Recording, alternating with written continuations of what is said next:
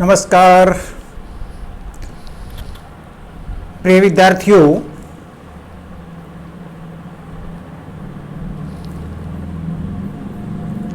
आज के इस व्याख्यान में लोहिया महाविद्यालय चूरू के सभी बीकॉम पार्ट थर्ड के नियमित स्टूडेंट्स का स्वागत है।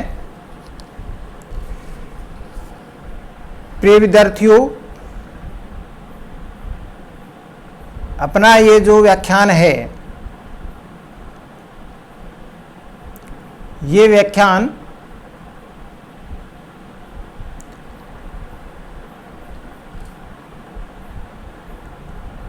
सेवा या माल या सेवा की आपूर्ति का समय निर्धारित करने के बारे में है, यानी टाइम ऑफ सप्लाई। और ये इसका पार्ट थर्ड है, टाइम ऑफ सप्लाई का। तो कर की दर में जब परिवर्तन होता है, ये इस टाइम ऑफ सप्लाई का थर्ड पार्ट है। अपने पिछले दो जो इसके पार्ट थे टाइम ऑफ सप्लाई के, उसमें एक पार्ट था माल की आपूर्ति होने पर आपूर्ति का समय, दूसरा था सेवा की आपूर्ति करने पर आपूर्ति का समय, और अब ये तीसरा इसका जो पार्ट है वो जब कर की दर में परिवर्तन हो जाता है तब आपूर्ति का समय क्या माना जाए, ये निर्धारित करने के संबंध में जो प्रावधान है वो आपने को इस पार्ट में आज अध्ययन करना है।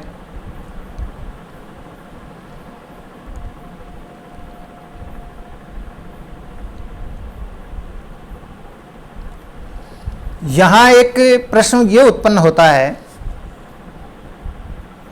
कभी कभी क्या होता है कि जब कोई वर्ष भर, जैसे अप्रैल 1 से लेकर 31 मार्च तक का फाइनेंशियल ईयर चलता है, इस फाइनेंशियल ईयर के दौरान बीच बीच में जीएसटी काउंसिल की मीटिंग होती रहती है और उसकी जो जीएसटी की दरें हैं, हो सकता है उस दर में कोई परिवर्तन बीच में हो जाए।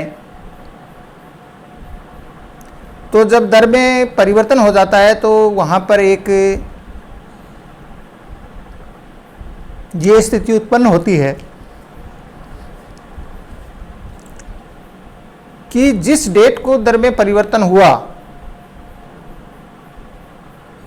अगर उस डेट को कोई माल की सप्लाई हो रही है, माल या सेवा की आपूर्ति हो रही है, उससे पहले दिन कोई माल की सेवा की आपूर्ति हो, कर की दर में परिवर्तन के जस्ट अगले दिन माल या सेवा की आपूर्ति हो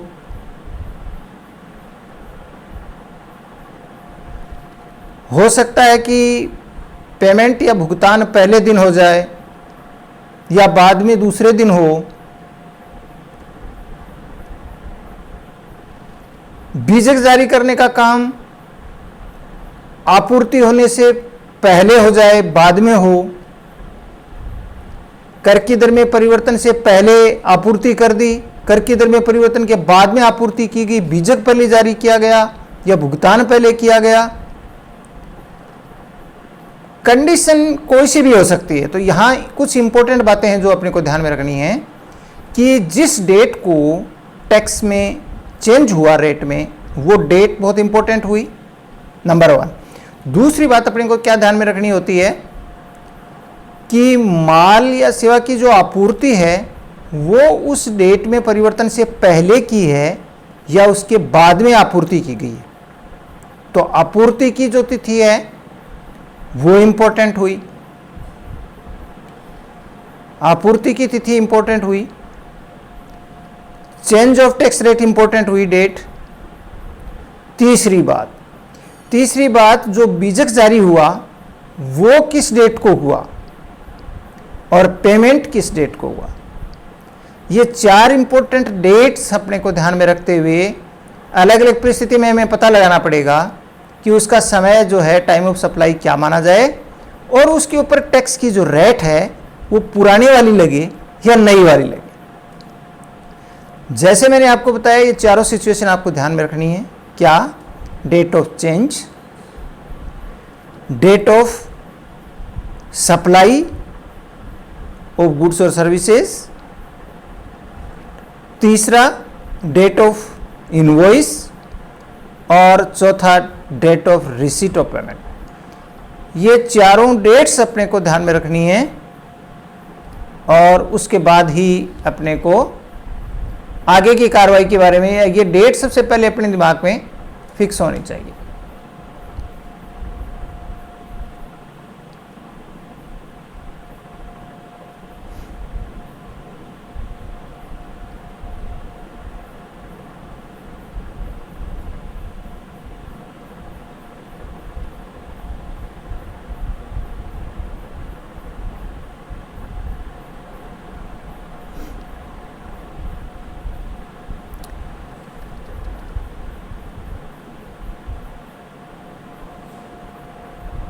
ये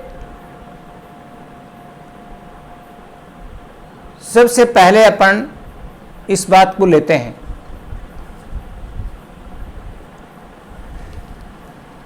जैसे मैंने आपको ये 4 तिथियां बताई, इनमें से जो पहली बात है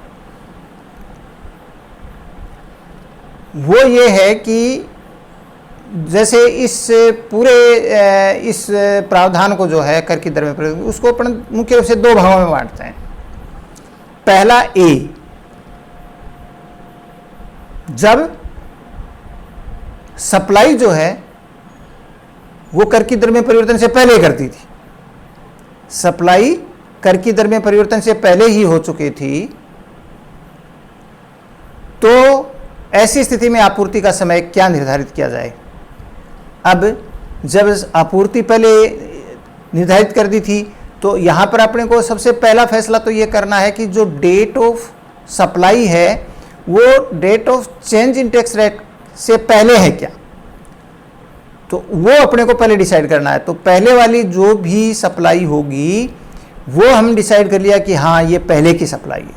तो जब पहले की सप्लाई है तो यहां पर 3 परिस्थितियां हो सकती हैं और उसके हिसाब से अपने को फैसला करना है कि टाइम ऑफ सप्लाई क्या होगा और रेट ओल्ड वाली लगेगी कि न्यू वाली लगेगी। पहली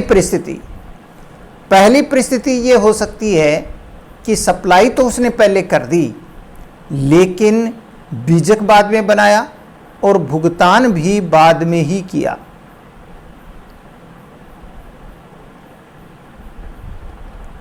यानी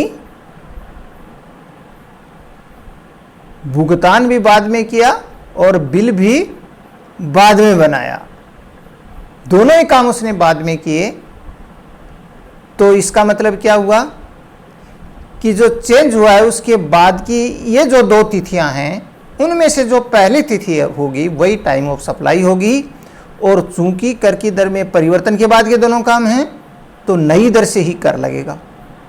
ये तो निश्चित हो गया कि जब दोनों काम बाद में किए गए हैं कर की दर, हालांकि आपूर्ति पहले कर दी लेकिन बीजक और भुगतान का काम बाद में हुआ तो नई दर से कर लगेगा। और इन दोनों में से जो पहले काम होता है वो टाइम ऑफ सप्लाई हो जाएगा, यानी इनवॉइस की डेट और पेमेंट रिसीट की डेट में से जो पहले हो वह टाइम ऑफ सप्लाई होगा और नई दर से कर लगेगा। एक परिस्थिति तो ये हुई। सेकंड परिस्थिति ये हो सकती है कि चूंकि उसने सप्लाई तो पहले कर ही दिया था तो बीजक उसने पहले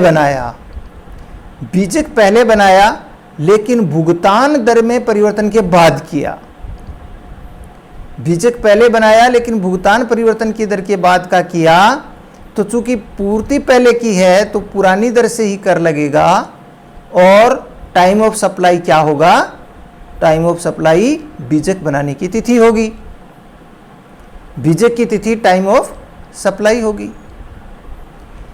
तीसरी परिस्थिति क्या हो सकती है, तीसरी परिस्थिति यह हो सकती है कि जब भुगतान पहले मिल गया लेकिन बीजक बाद में बनाया।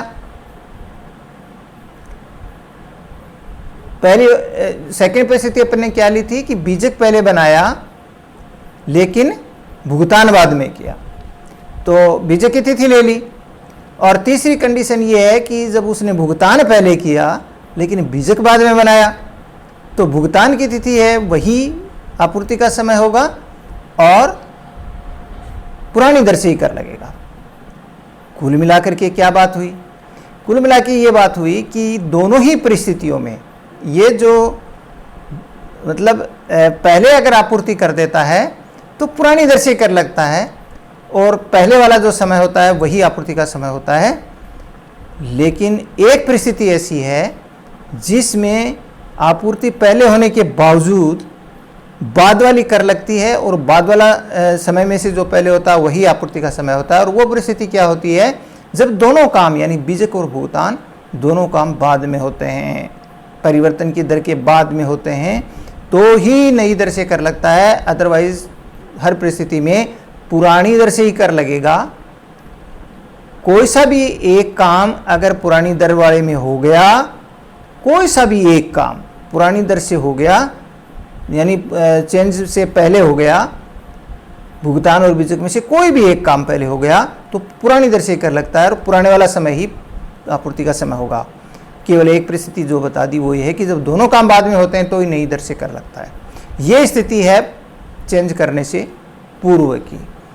अब देखिए इसके अंदर जो है वो अपन नीचे एक क्लैरिफिकेशन अपन ने दिया है नोट के रूप में ए वाली परिस्थिति का। ये क्लैरिफिकेशन आपका इस तरीके से है कि जैसे अभी अपने बताया कि भाई एक परिस्थिति ऐसी है जब बाद वाली दर लगती है और बाद वाला ये समय होता है, बाद वाले में से ही जो पहले आता है वो समय होता है, और वो है जब दोनों काम बाद में होते हैं। तो ये एक क्लैरिफिकेशन अपना सीधा सीधा सा है। दूसरा क्लैरिफिकेशन इसमें ये है कि सभी प्रकार की आपूर्ति, विपरीत आपूर्ति, सेवाओं की आपूर्ति और इसके अलावा विपरीत प्रभार के अंतर्गत और कूपन आदि की जो आपूर्ति होती है, उन सब पर यानी चाहे सेवा की है, चाहे वो कूपन आदि की है, चाहे विपरीत प्रभार के अंतर्गत है, ये सब आपूर्तियों पर ये ऊपर वाले प्रावधान जो हैं ए वाले जो अभी अपन ने बताए, वो सारे प्रावधान तीनों पॉइंट्स जो बताए वो सब पूर्ण रूप से लागू होते हैं। एक परिस्थिति ऐसी है जबकि ये प्रावधान लागू नहीं होते, यानी एज इट इज़ लागू नहीं होता, और वो परिस्थिति होती है माल की सामान्य आपूर्ति की। क्योंकि अपन ने देखा था कि माल की सामान्य आपूर्ति में पीछे प्रावधान में भी देखा था कि भुगतान वाली शर्त फिलहाल नहीं लागू होती है, इसलिए वहाँ पर दो ही डेट इम्पोर्टेंट हो जाती हैं कि वहाँ पर एक केवल जो है वो बीजक जारी करने की तिथि और बीजक की अंतिम तिथि जो होती है वही परिवर्तन से पहले की है, पहले की दर लागू होती है। केवल दोनों ही तिथियां बाद की होने पर ही बाद की दर लगती है। तो वो एक परिस्थिति होती है जो कि माल की सामान्य आपूर्ति के बारे में होती है। तो यहाँ पर बीजक जारी करने की तिथि और बीजक की अंतिम तिथि में से कोई भी एक तिथि हो, वहाँ भुगतान की कंडीशन लागू नहीं होती है माल की सामान्य आपूर्ति की स्थिति में। ये अपन पहले डिस्कस कर चुके हैं कि जब माल की सामान्य आपूर्ति होती है तो वहाँ भुगतान नहीं दिखा जाता, वहाँ बीजक की तिथि और बीजक की अंतिम तिथि देखी जाती है। और बीजक जारी करने की अंतिम तिथि जैसे था भी माल रवानगी में है या माल रवानगी में नहीं है, तो उसके अनुसार जो है वो उसका निर्धारित किया जाता है अंतिम तिथि। तो वो जो अंतिम तिथि है वो और बीजक जारी करने की तिथि, ये दोनों ही डेट कर की दर में परिवर्तन से पहले की आती हैं। तो दोनों ही डेट वैसे होना ही हो तो पहले का, लेकिन यदि इनमें से एक भी डेट यदि पहले की है तो पहले की दर लगेगी और पुराना समय का समय होगा आपूर्ति का। लेकिन यदि दोनों ही डेट कर की दर में परिवर्तन के बाद में आती हैं, यानी बीजक जारी करने की तिथि और बीजक की अंतिम तिथि, तो ऐसी स्थिति में बाद वाली दर लगती है और बाद वाले में से जो काम पहले होता है वही जो है वो आपूर्ति का समय कहलाएगा। एक्चुअल में वो बीजक की तिथि ही होती है जो इम्पोर्टेंट होती है। ये बात विशेष तौर से आपको ध्यान रखनी है इसके बारे में। तो ये स्पष्टीकरण आपकी इस ए संबंधी प्रावधान जो था, जबकि आपूर्ति जो है कर की दर में परिवर्तन से पहले कर दी गई है, तो उसमें अपन ने ये विशेष तौर से देखी बात। तो ये दोनों बातें आपकी क्लियर हो जानी चाहिए। पहली बात तो क्या कि एक ऐसी परिस्थिति है जब बाद वाली दर लगती है, और वो क्या है, दोनों ही काम जब बाद में हों, बीजक और भुगतान वाला। एक बात तो ये, लेकिन ये जो भुगतान वाली शर्त और ये जो चीज़ है, ये प्रावधान एक परिस्थिति में भुगतान वाली बात लागू नहीं होती, और वो क्या होती है, माल की सामान्य आपूर्ति में। माल की सामान्य आपूर्ति में बीजक की तिथि और या अंतिम तिथि को देखा जाता है, भुगतान को नहीं देखा जाता। तो बीजक बनाने की तिथि और बीजक की अंतिम तिथि दोनों ही अगर बाद में है तो ही बाद की दर लगेगी।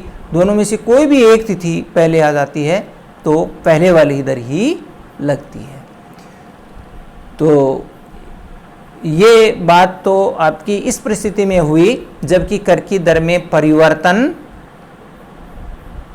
होने से पहले ही आपूर्ति कर दी गई। दूसरी कंडीशन अपनी क्या है कि इसे बिल्कुल विपरीत लेते हैं, जब आपूर्ति उसने बाद में की, आपूर्ति उसने बाद में की है, आपूर्तिकर्ता ने कर की दर में परिवर्तन करने के बाद में की है। तो बाद में की है तो यहाँ पर भी अपन 3 परिस्थितियाँ ले लेते हैं। जब बाद में की और बीजक बनाना और भुगतान प्राप्त होना दोनों काम पहले हो गए, किससे पहले, कर की दर में परिवर्तन से पहले हो गई। आपूर्ति की बाद में, लेकिन भुगतान और बीजक का काम पहले हो गया, तो निश्चित रूप से इन दोनों में से जो पहले है, यानी भुगतान प्राप्ति और बीजक, उनमें से जो पहले होगा वो आपूर्ति का समय होगा और पुरानी दर से कर लगेगा। क्योंकि दोनों ही काम पुराने हैं तो पुरानी दर से कर लग गया। दूसरी कंडीशन ऐसे हो सकती है कि जब बीजक उसने पहले बनाया आपूर्ति से और भुगतान उसने आपूर्ति के बाद में किया। बीजक पहले बनाया और भुगतान बाद में किया, तो भुगतान वाली तिथि लेंगे, यानी जो बाद में काम हुआ वो आपूर्ति का समय माना जाएगा, तो भुगतान तिथि आपूर्ति का समय होगा और बाद वाली दर लगेगी। ऐसे ही बीजक बाद भुगतान पहले किया लेकिन बीजक बाद में बनाया, तो फिर बाद वाली तिथि होगी, यानी बीजक बनाने की तिथि होगी, वही आपूर्ति का समय होगा और नई दर से कर लगेगा। अब यहाँ पर भी वही 2 क्लैरिफिकेशन आपको देने हैं। पहला क्लैरिफिकेशन तो ये है कि जब कर की दर में परिवर्तन के बाद सप्लाई की होती है तो बाद वाली दर ही लगती है, और बाद वाला समय में से जो पहले होता है बीजक और भुगतान में से वही आपूर्ति का समय होता है। लेकिन एक परिस्थिति ऐसी है जब पहले वाली दर लगती है और पहले वाले में दोनों में से जो पहले समय आता है वो आपूर्ति का समय होता है। वो परिस्थिति क्या होती है, जब दोनों ही काम पहले हों, जब बीजक बनाना और भुगतान मिलना ये दोनों काम ही कर की दर में परिवर्तन से पहले हो जाएं, तो फिर पुरानी दर से ही टैक्स लगता है। इसका मतलब क्या हुआ, हम ये भी निकाल सकते हैं कि यदि दोनों में से कोई भी एक काम अगर बाद में होता है तो बाद वाली दर ही लगती है। मतलब अगर बीजक पहले बनाया भुगतान बाद में हुआ तो भुगतान वाली हो जाएगी, यदि भुगतान पहले मिला बीजक बाद में हुआ तो बीजक वाली हो जाएगी। तो दोनों में से कोई भी एक काम यदि बाद में होता है तो बाद वाली तिथि ही आपूर्ति का समय होती है और नई दर से कर लगता है। बस केवल एक परिस्थिति ऐसी है, जब दोनों काम पहले हुए तो पहले वाली दर लगेगी और पहले वाला समय ही हो जाएगा। तो एक तो आपका क्लैरिफिकेशन ये हो गया। पूरे मिला के आपने ए और बी की इन दोनों क्लैरिफिकेशन से एक बात क्लियर हो गई आपकी कि एक ऐसी परिस्थिति होती है सिर्फ जब पुरानी वाली दर या नई वाली दर ही लगती है। बाकी के अंदर अपन एक भी कार्य कोई पहले वाली परिस्थिति में पुराना हो जाए तो पुरानी दर से और दूसरे वाले में नया हो जाए तो नई दर से। ये एक परिस्थिति की बात है। बाकी आपूर्ति इंपॉर्टेंट होती है, क्योंकि आपूर्ति पहले होती है तो अधिकांश सिचुएशन में पुरानी दर से लगती है, और आपूर्ति बाद में होती है तो नई दर से लगता है। और एक अपवाद इस परिस्थिति का बता दिया, वो आपको ध्यान में रखना है। बाकी इंपॉर्टेंट डेट हुई डेट ऑफ सप्लाई। यदि date of supply change rate से पहले की है तो पुरानी दर से, और चेंज रेट के बाद की है तो नई दर से, और इसमें एक एक्सेप्शन दोनों में लिया जाता है। दूसरा क्लैरिफिकेशन आपका ये है कि यदि ये जैसे अभी अपन ए परिस्थिति में लिया था वही बात बी परिस्थिति में भी लागू होती है। यानी जब आपूर्ति बाद में की जाती है, रेट के चेंज होने के बाद में की जाती है, तो भी वही बात है कि बाकी सब में ही लागू होता है। एक सामान्य जो माल की सामान्य आपूर्ति या माल की जो सामान्य आपूर्ति होती है, उसमें सामान्य आपूर्ति में ये लागू नहीं होता। माल की सामान्य आपूर्ति में, सेवा की नहीं, माल की सामान्य आपूर्ति, क्योंकि सेवा की आपूर्ति, रिवर्स वाली आपूर्ति और इसी तरीके से कोई सेल और रिटर्न वाली है या जो है वो कोई वाउचर्स की है, तो इन कंडीशन में वो सब चीज़ें लागू होती हैं, उसमें देखने की ज़रूरत नहीं है आपको। लेकिन अगर माल की कोई सामान्य आपूर्ति हो रही होती है, तब अपने को ध्यान में रखना है कि वहाँ पर अपना प्राप्ति की भुगतान की तिथि जो होती है, वो भुगतान प्राप्ति की तिथि है, वो अपने को देखनी नहीं है। वहाँ पर तो अपने